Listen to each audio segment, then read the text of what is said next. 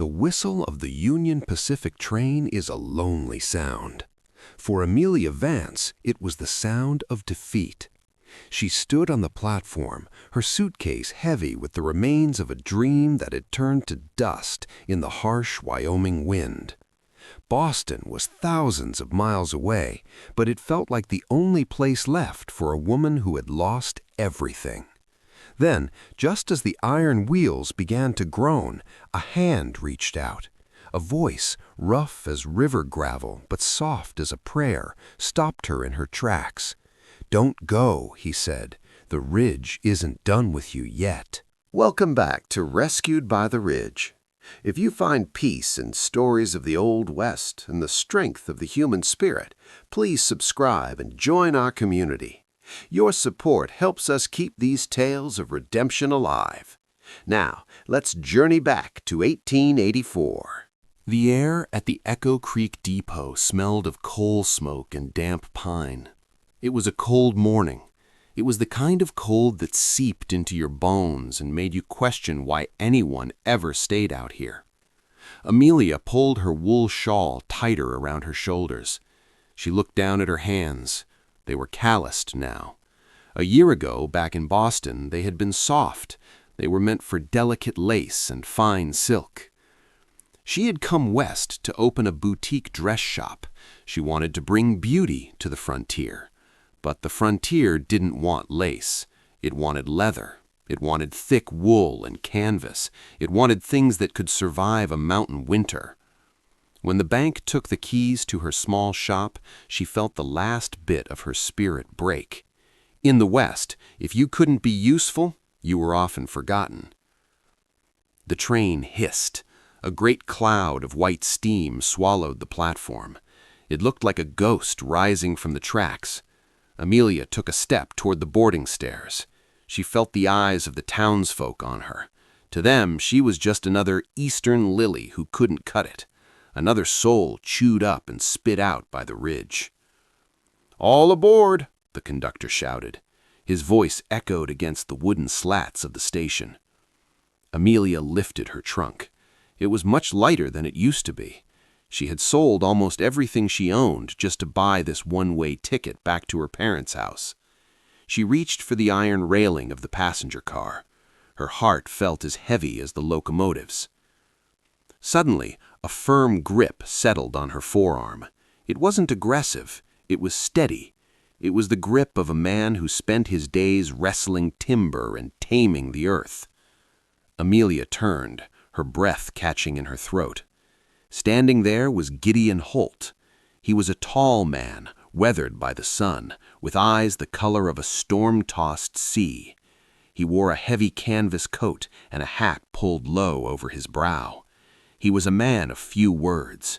People knew him for the lonely ranch he kept high on the mountain, far above the valley floor.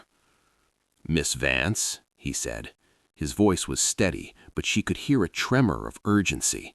"The train will take you to a city where you'll be just another face in the crowd. But up on the ridge, up there, you could be the difference between making it through or not." Amelia looked at the train. She looked at his hand. The steam swirled around them, hiding the rest of the world.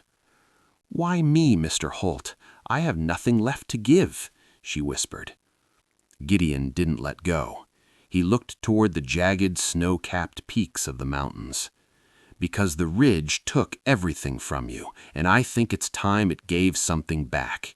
Give me a chance to show you. Just one chance." The conductor checked his pocket watch. The engine gave one final, impatient chug.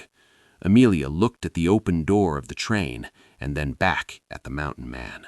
The train's whistle gave a final deafening blast.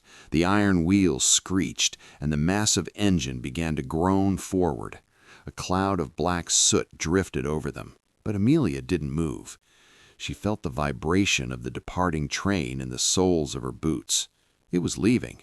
Her escape, her safety, and her old life were all rolling away toward the horizon. She looked at Gideon's hand on her arm. He slowly pulled it back, sensing her hesitation. He stood there, a silent sentinel against the backdrop of the wild mountains. He didn't beg. He didn't use honeyed words. He simply waited. "I have no home, Mr. Holt," Amelia said, her voice trembling. "I have no shop. I have exactly $12 and a trunk full of needles and thread. I am a failure in this territory." Gideon shook his head. "A failure is someone who stops trying, Miss Vance. The Ridge doesn't care about your bank account. It cares about your hands and your heart." He gestured toward his heavy freight wagon parked near the hitching rail. "I have a ranch 3 hours up the trail. It's a good place, but it's a lonely one. I can handle the cattle and the timber, but the winter is coming fast. A man living alone in a mountain cabin grows hard. He forgets how to keep a home. He forgets the small things that keep a soul warm." He paused, looking at her with a sincerity that caught her off guard. "I'm offering you a job. 6 months. I'll pay you $20 a month, more than you'd ever make as a seamstress back east. You'll have your own room with a locking door. You'll keep the accounts, manage the pantry, and help me prepare for the deep snow. When the spring thaw comes, if you still want to leave, I'll drive you to this very station myself. You'll have enough gold in your pocket to start over wherever you like." Amelia looked at the empty tracks. The train was gone. She looked at the rugged man before her. In the Old West, a season hire was common. Men and women often formed practical partnerships to survive the brutal elements. It wasn't about romance, it was about the math of survival. A 2-person team could store more wood, preserve more food, and keep a fire burning longer than a person alone. "You're asking me to be a housekeeper?" she asked. "You're asking me to be a partner," Gideon corrected. "I need your mind, Amelia. I need your order. My ranch is falling into chaos, and the mountains don't forgive chaos." Amelia looked at her trunk. She looked at the looming peaks of the ridge. She realized that for the first time in a year, someone wasn't looking at her as a fragile flower, but as a necessity. "Help me load the trunk, Mr. Holt," she said firmly. "But I expect a tour of the pantry the moment we arrive. If I'm to save us from the winter, I need to know what we're working with." Gideon's face didn't break into a smile, but his eyes softened. He hoisted her heavy trunk onto his shoulder as if it weighed nothing at all. As they walked toward the wagon, the wind picked up, carrying the scent of incoming snow. Amelia climbed onto the high wooden bench, leaving the world of iron rails and city dreams behind. They were heading up where the air was thin and the lessons were hard. She didn't know it yet, but the mountain was about to teach her more than Boston ever could. The wagon wheels began to turn, grinding against the loose shale of the mountain road. As Echo Creek grew smaller behind them, the silence of the high country moved in. It was a heavy, living silence. Gideon sat tall on the bench, his hand steady on the leather reins. He drove a team of 2 sturdy draft horses, animals bred for power rather than speed. "The trail up the ridge isn't a road, Miss Vance," Gideon said, his eyes fixed on the narrowing path. "It's a negotiation. The mountain gives us a way up, but only if we respect its rules." As the elevation climbed, the air turned crisp and thin. Amelia felt a flutter in her chest. Back east, the land was flat and predictable. Here, every turn of the wheel revealed a new world. They passed through thick stands of lodgepole pines, trees so straight and tall they looked like the pillars of a great cathedral. Gideon pointed out the way the moss grew on the north side of the trunks, a natural compass for those who found themselves lost without a sun to guide them. Educational value was woven into the very fabric of their journey. Gideon explained how the horses needed more frequent breaks as the oxygen thinned. He showed her the water breaks dug into the trail, small trenches designed to divert rainwater so the path wouldn't wash away in a summer storm. He spoke of the animals they passed, not as trophies, but as neighbors. He pointed out the elk tracks in the mud, explaining how the herd moved lower as the first frost touched the high grass. Suddenly, the wagon jolted. A loud thunk echoed through the canyon. The front left wheel had dropped into a deep rut hidden by a layer of fallen needles. The horses strained, their muscles bunching under their hides, but the wagon wouldn't budge. Gideon hopped down, his boots crunching on the earth. He didn't curse, he didn't show frustration, he simply assessed the situation. The spring rains must have undercut this section, he noted. He looked up at Amelia. I'm going to need you to take the reins. You don't need to be strong, you just need to be steady. Amelia's heart raced. She had never handled a team of horses in her life. But as Gideon placed the thick leather straps into her hands, he showed her how to hold them, not with a death grip, but with a firm, sensitive touch. When I lift the wheel with the pry bar, you give them a gentle click. Don't pull back. Let them feel your confidence, he instructed. Amelia took a deep breath. She felt the power of the animals through the leather. Gideon braced a fallen log under the axle. On his signal, she leaned forward and gave a sharp, clear click of her tongue. The horses lunged, the wagon groaned. With a violent heave, the wheel popped out of the earth and onto solid ground. Amelia pulled the team to a halt, her hands shaking, but her spirits soaring. She had done it. She had helped navigate the first obstacle of the ridge. Gideon climbed back up, wiping the dust from his hands. You've got a steady hand, Miss Vance, he said quietly. Most folks would have screamed. You just drove. As the sun began to dip behind the jagged peaks, casting long purple shadows across the valley, Amelia realized they were no longer on a road. They were on the edge of the world. And for the first time in months, she didn't feel like a failure. She felt like a traveler. The purple shadows of the mountain evening eventually gave way to a starlit clarity that Amelia had never seen in the soot-filled skies of the east. As the wagon rounded a final sharp bend, the homestead appeared. It sat in a high basin, sheltered by a semicircle of ancient granite cliffs. This was High Point. The cabin was a rugged structure of hand-hewn logs, its silvered wood reflecting the moonlight. To a city eye, it looked lonely, but to a survivalist, it was a masterpiece of frontier engineering. Gideon pulled the horses to a stop, the steam from their breath rising like ghostly plumes in the freezing air. "We're home," he said simply. As Amelia stepped down from the wagon, her boots sinking into the frost-covered grass, she took in the details Gideon had mentioned. The cabin was built with a dog-trot style, a covered breezeway that allowed air to circulate in the summer, but provided a protected space to stack wood in the winter. The gaps between the logs were filled with chinking, a mixture of mud, straw, and lime. Gideon explained that every autumn a homesteader had to daub the cracks, sealing the home against the biting wind that could whistle through the smallest opening and freeze a person in their sleep. Inside, the cabin was warm but chaotic. The smell of cedar smoke and dried herbs greeted them. Gideon lit a kerosene lamp, the golden glow revealing a room filled with the tools of a solitary life. There were saddles in the corner, jars of mismatched nails on the table, and a hearth that took up half the far wall. "This is the main room," Gideon said, gesturing to the heavy oak table, "and through that door is yours." He led her to a small partitioned room at the back of the cabin. It was modest, containing a narrow bed with a corn-husk mattress and a small washstand, but on the door there was a heavy iron bolt. "I promised you a locking door," he said, his voice low and respectful. "In the mountains, privacy is as important as heat. This is your sanctuary, Amelia.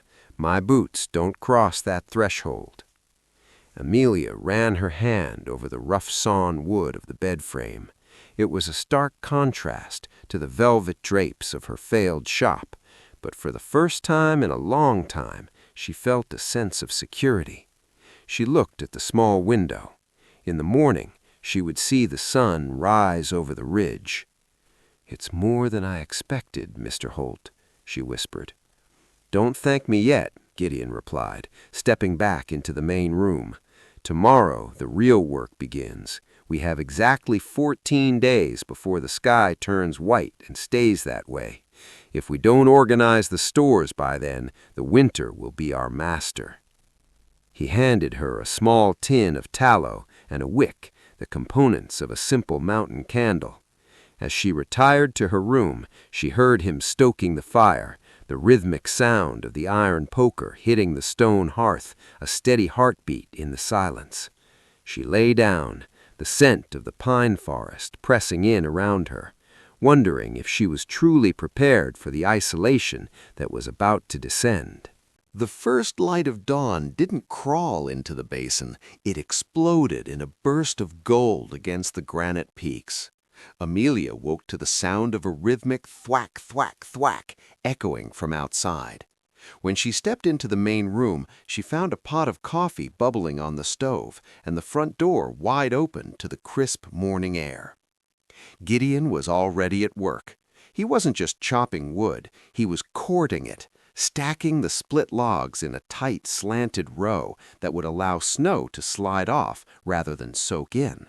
He looked up as she stepped onto the porch. "Coffee's hot. The root cellar is open. That's your kingdom today, Amelia." When she descended the stone steps into the cellar, she realized why Gideon had been so desperate. The space was a treasure trove of mountain bounty, but it was a disaster of organization. Burlap sacks of potatoes were piled haphazardly against crates of apples. If one went bad, the gas it released would rot the whole lot within weeks. Amelia tied her apron tight. This was where her skills for inventory and detail, the very things that had failed to save her dress shop, would become a lifeline. She spent the morning teaching herself the science of the cellar. She learned from Gideon that root vegetables like carrots and parsnips should be buried in crates of dry sand to keep them from shriveling. She spent hours sorting the keepers from the eaters, ensuring that only the hardiest produce was set aside for the deep winter. By midday, the cabin smelled of vinegar and boiling sugar. "What are you doing?" Gideon asked, leaning against the doorframe, surprised by the steam-filled kitchen. "I'm making leather from the bruised fruit," she explained, spreading a thick paste of mashed berries onto a flat tin. "And I'm pickling the green tomatoes the frost touched last night. In Boston, we called these delicacies. Here, I suspect we'll call them not starving." Gideon watched her work, his expression unreadable. He had spent his life eating dried meat and hardtack, survived by grit alone. Now he saw his cabin being transformed into a place of sustainable health. Amelia showed him how to use the wood ash from the stove to help preserve the eggs she had gathered, coating the shells to seal out the air. "I've spent my life gathering," Gideon said quietly, looking at the neatly labeled jars and organized shelves, "but I never knew how to keep. You're turning a camp into a home, Amelia." But as the sun began to dip, the wind changed. It lost its autumn sweetness and took on a sharp metallic bite. Gideon looked at the sky. A heavy gray curtain was draping itself over the northern peaks. "The wind is whispering," he said, his voice tightening. "The harvest work is over. The sky is about to close the door." The gray curtain Gideon had seen earlier finally dropped. By the next morning, the world was gone. In its place was a swirling white void. The wind howled through the eaves of the cabin, a high-pitched scream that made the heavy timbers groan. High Point was now truly isolated, cut off from the valley floor by 3 feet of fresh powder. Inside, however, the cabin was a pocket of warmth. The hearth crackled with the dry lodgepole pine they had stacked just in time. The season of the long night had begun. With the outdoor chores impossible, the work shifted inward. Survival in the Old West wasn't just about food, it was about the maintenance of the tools that kept you alive. Gideon brought a harness onto a tarp in the center of the room. The leather was stiff and cracked from years of mountain salt and sweat. "If a strap snaps when we're hauling wood in January, we're in trouble," Gideon said, his fingers fumbling with a thick needle. Amelia watched him. His large, scarred hands were built for heavy lifting, not for the delicate work of a saddler's stitch. She sat down across from him and reached for the leather. "Let me show you, Gideon. It's not much different from a heavy coat hem." She taught him the saddle stitch, using 2 needles at once to create a seam that wouldn't unravel even if one thread broke. In exchange, Gideon taught her about the chemistry of the frontier. He showed her how to mix beeswax and tallow to create a waterproof dubbin for their boots, a vital skill to prevent trench foot and rot in the melting snow. As the days blurred together, the emotional distance between them began to thaw. One evening, by the low light of a tallow candle, Amelia noticed Gideon staring at a stack of old newspapers she had used for shelving. He was tracing the letters with his thumb, his brow furrowed in concentration. "I can read the signs in the woods," he admitted softly, his voice barely audible over the wind. "I can read the clouds and the tracks, but these marks, they don't speak to me the same way." Amelia felt a pang of empathy. In the 1880s, many men had been pulled from school to work the land before they could master the page. She didn't offer pity, she offered a partnership. "I'll tell you what," she said, sliding a book of poetry toward him. "I'll teach you how to read the weather so I don't get lost in the whiteout, and I'll teach you how to make these marks tell you a story."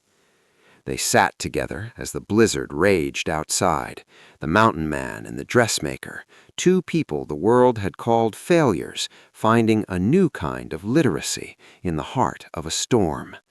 But as the fire died down to embers, a low, rumbling sound echoed from the peaks above, a sound that made Gideon stand up, his face turning pale.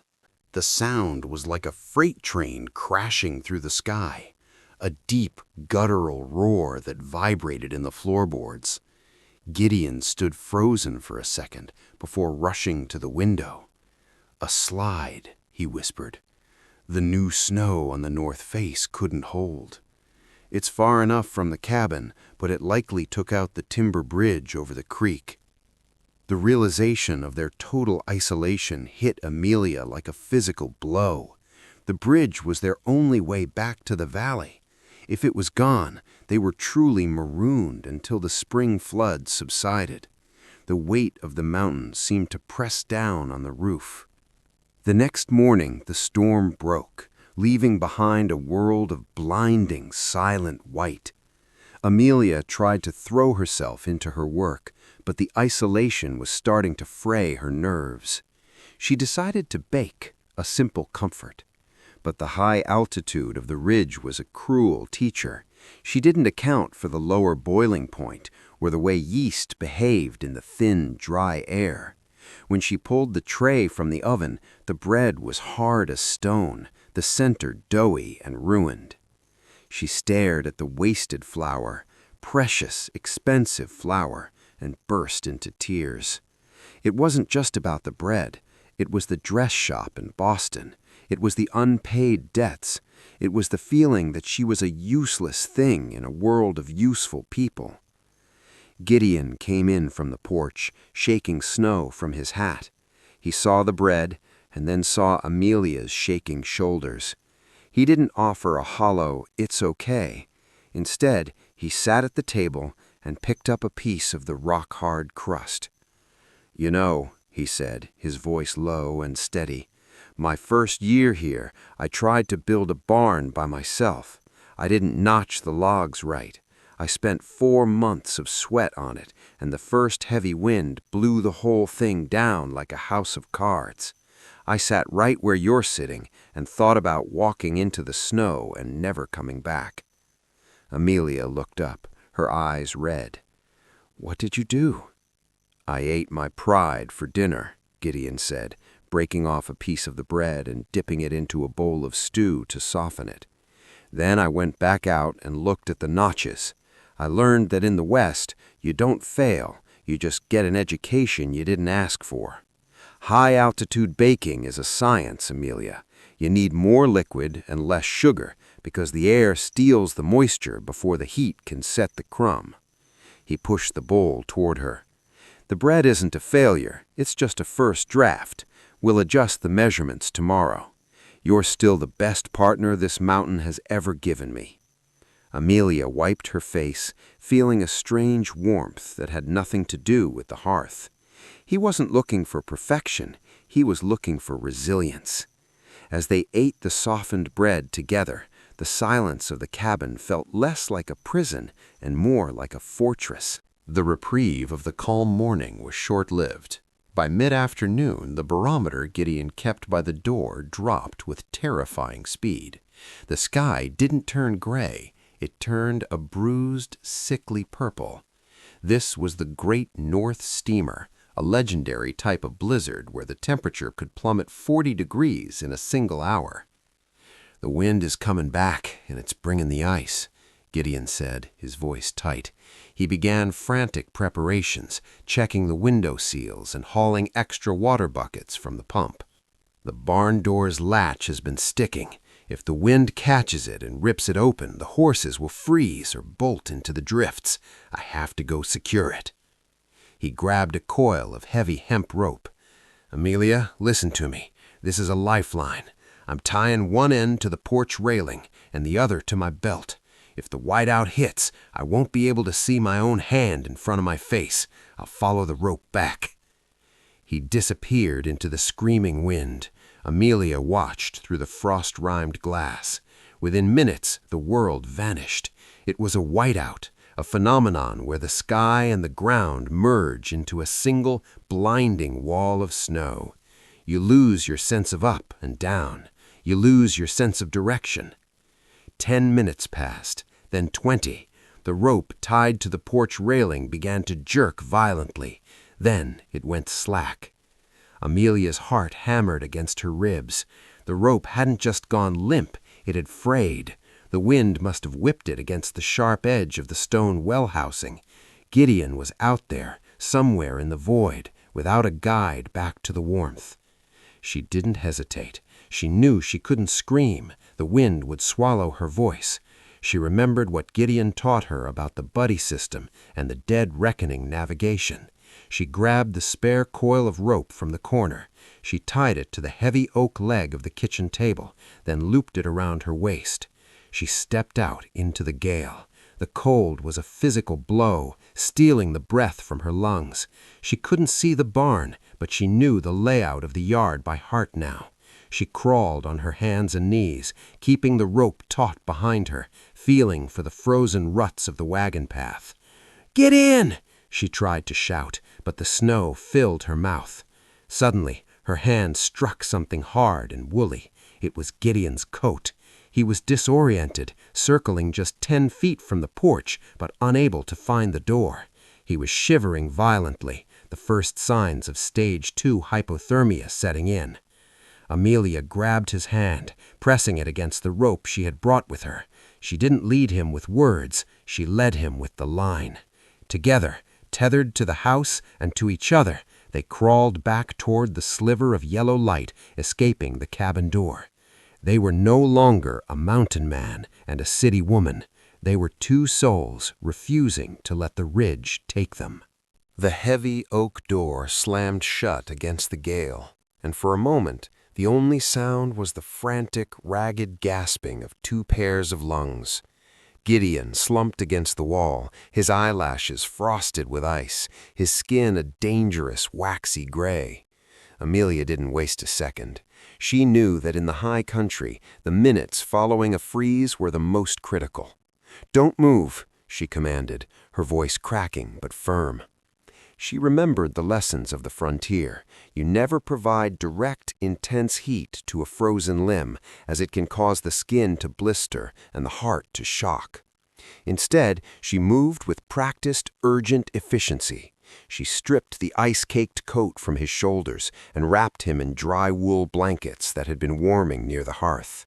She heated a pot of cider, not boiling but lukewarm, to raise his core temperature from the inside out.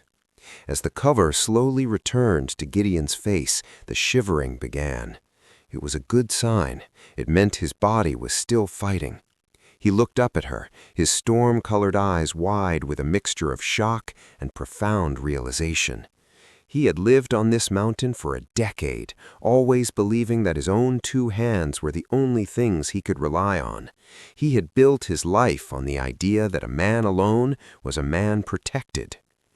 "You came for me," he rasped, his voice barely a whisper. "The rope, I felt it snap, and I thought the mountain had finally called my name. Why did you risk it, Amelia?" Amelia sat on the floor beside him, the heat from the fireplace finally reaching her own shivering limbs. She looked at her hands, the hands that used to sew silk, now red and raw from the hemp rope. "Because you were right, Gideon. The ridge doesn't care about what we have. It cares about who we are. And I'm not the woman who boarded that train. That woman would have stayed inside and prayed. This woman knows how to tie a knot and hold a line." The air in the cabin shifted. The transactional nature of their agreement, the $20 a month, the locking door, the 6-month trial, seemed to melt away like the frost on the window pane. In the silence of the storm, they weren't employer and employee.